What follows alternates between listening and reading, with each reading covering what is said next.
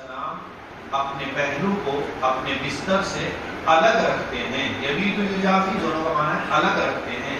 یبیت یجافی جنبہ عن فراشہ، آپ علیہ السلام اپنے پہلو کو اپنے بستر سے جدا رکھتے ہیں، یعنی راتوں کو اٹھ کر کے اللہ کی عبادت کرتے ہیں.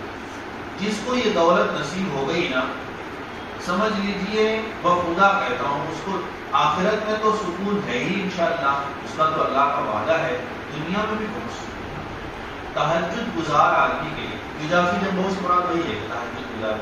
تہجد گزار آدمی کو جو اطمینان قلبی رہتا ہے نا، وہ زبان سے نہیں بیان کیا جا سکتا. طے بات وجہ اس کی یہ ہے کہ آدمی جب رات میں اٹھ کر کے اللہ کی عبادت کرتا ہے تو وہ اللہ ہی کے لیے کرتا ہے اور کسی کے لیے نہیں کرتا. پھر رات میں اور عین نیند کا وقت، اور وہ وقت ہے کہ جس وقت کتے بھی سو جاتے ہیں، جن کے بارے میں مشہور ہے کہ کتا راتوں کو نہیں سوتا ہے، لیکن عین وہ نیند کا وقت جو ہے بہت غلبہ نوم رہتا ہے، اس وقت کتے بھی سو جاتے ہیں. اس وقت اٹھ کر کے جب آدمی اللہ کی عبادت کرتا ہے تو وہ صرف اللہ کے لیے ہوتا ہے نا، خالص، اس میں کوئی ریاکاری نہیں ہوتی. تو اس لیے ایسے آدمی کو اللہ تبارک و تعالی اطمینان قلبی کلی عطا فرماتا ہے. کلی سے مراد یہ ہے کہ دنیا میں بھی اور آخرت میں. اسی لیے میں کہا کرتا ہوں کبھی مذاق میں، اگر تم خوبصورت بننا چاہ رہے ہو تو یہ آج کل کی جو کریم ولیم ہے نا، کیا بولتے ہیں اس کو، فیئر لولی وغیرہ اور کیا کیا ہے، تو ان سب کو لگانا بیکار ہے نا. یہ سب وقت ہے کام کا. نماز تہجد کی پابندی کرو، پھر دیکھو کیسا نور آ رہا ہے. فیئر لولی سے وقتی چمک آتی ہے، لیکن تہجد سے دائمی نور حاصل ہوتا ہے. چنانچہ تہجد گزار آدمی کو آپ دیکھیں گے، چاہے وہ کالا کنوٹا ہی ہوگا اس کا چہرہ، لیکن ایسا نور رہتا ہے، ایسی خوبصورتی رہتی ہے کہ دیکھنے کو طبیعت چاہیے. تو تہجد گزار جو ہے اس کو وجہ اس کی وہی ہے، میں یہ کہنا چاہ رہا ہوں، وجہ اس کی ہے کہ اندر سے آدمی جب مطمئن ہوتا ہے نا تو اس کا وہ اطمینان اس کے چہرے پہ دکھتا ہے، اور اگر اندر سے آدمی پریشان ہے تو اس کی پریشانی چہرے سے دکھتی ہے. چنانچہ ہم دیکھتے ہیں بہت سے کاروباریوں کو جو کروڑ پتی ہیں، بہت پیسے ہیں ان کے پاس، لیکن ان کا چہرہ پراگندہ سا رہتا ہے، پریشان سے دکھتے ہیں، کیونکہ وہ اندر سے پریشان ہے. چاہے ان کے پاس وسائل دنیا بہت ہیں، بینک بیلنس، گاڑی، کاروبار، یہ وہ سب ہے، لیکن چہرے سے پریشان ہے. عام طور پر کاروباریوں کو آپ دیکھیں گے وہ چہرے سے الجھے ہوئے رہتے ہیں. وجہ اس کی ہے کہ دل ان کا اطمینان میں نہیں. تو لہٰذا ہمیں دعا بھی کرنا چاہیے اور تدبیر بھی کرنی چاہیے کہ اللہ تبارک و تعالیٰ تہجد کی توفیق دے. اس سے لوگ آپ سے پڑھتے بھی ہوں گے، اللہ تعالیٰ ہمیں بھی توفیق دے. ہفتے میں کم سے کم 1-2-4 توفیق ہو جائے. روزانہ تو بڑے ہمت والوں کا کام ہے، پھر ہم لوگوں کا کام ہے یہ سب تو بہانہ ہے، پہلے تو آدمی کر ہی سکتا ہے.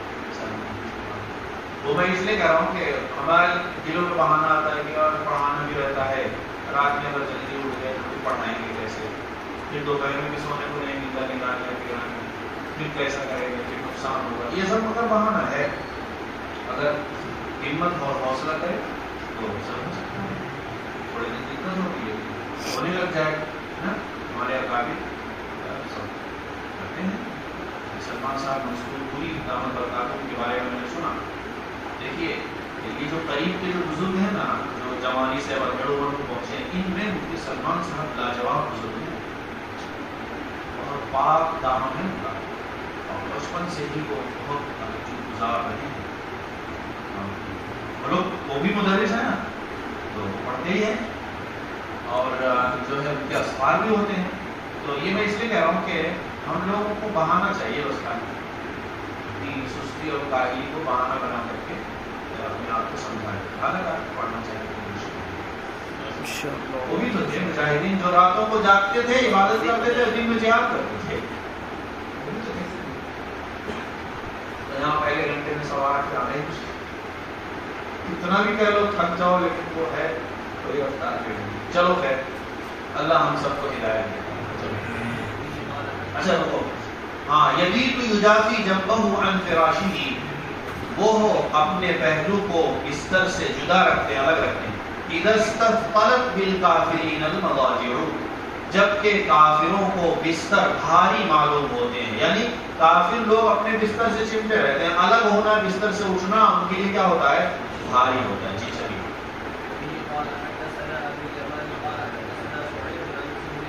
آج آپ لوگ مجھ سے ایک وعدہ کرو اور میں بھی اپنے آپ سے وعدہ کروں، کم از کم ہفتے میں جو لوگ پڑھتے ہیں پڑھتے ہی، جو لوگ نہیں پڑھتے ہیں تو کم از کم ہفتے میں ایک دن صرف کسی دن اٹھ کر کے تہجد پڑھیں گے.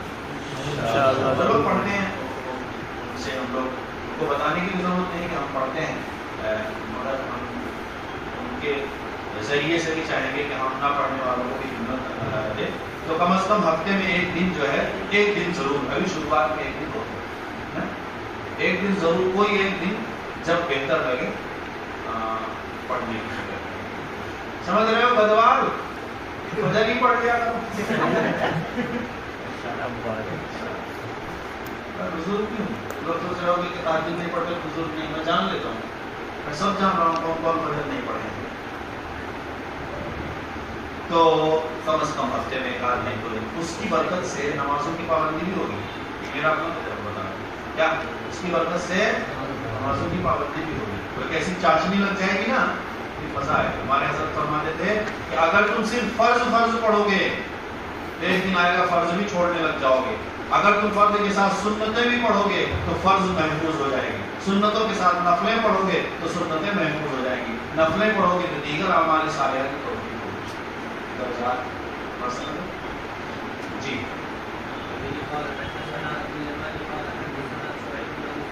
اب سوچو تہجد کے ذکر سے جب اتنا سکون ملا ہے تو لوگ پڑھنے والے ہوں گے، ہے کہ نہیں؟ تھوڑا بہت تو سکون ملے گا، یا نہیں ملا ایک دم ہی کافی ہے. کافی سے بڑا جو کافی نہیں ہے، سکون ملتا ہے نا ذکر سے. اس کا مطلب ہے جو لوگ پڑھنے والے ہوں گے وہ کتنے مطمئن ہوں گے. اللہ ہم سب کو توفیق. جی چلیے.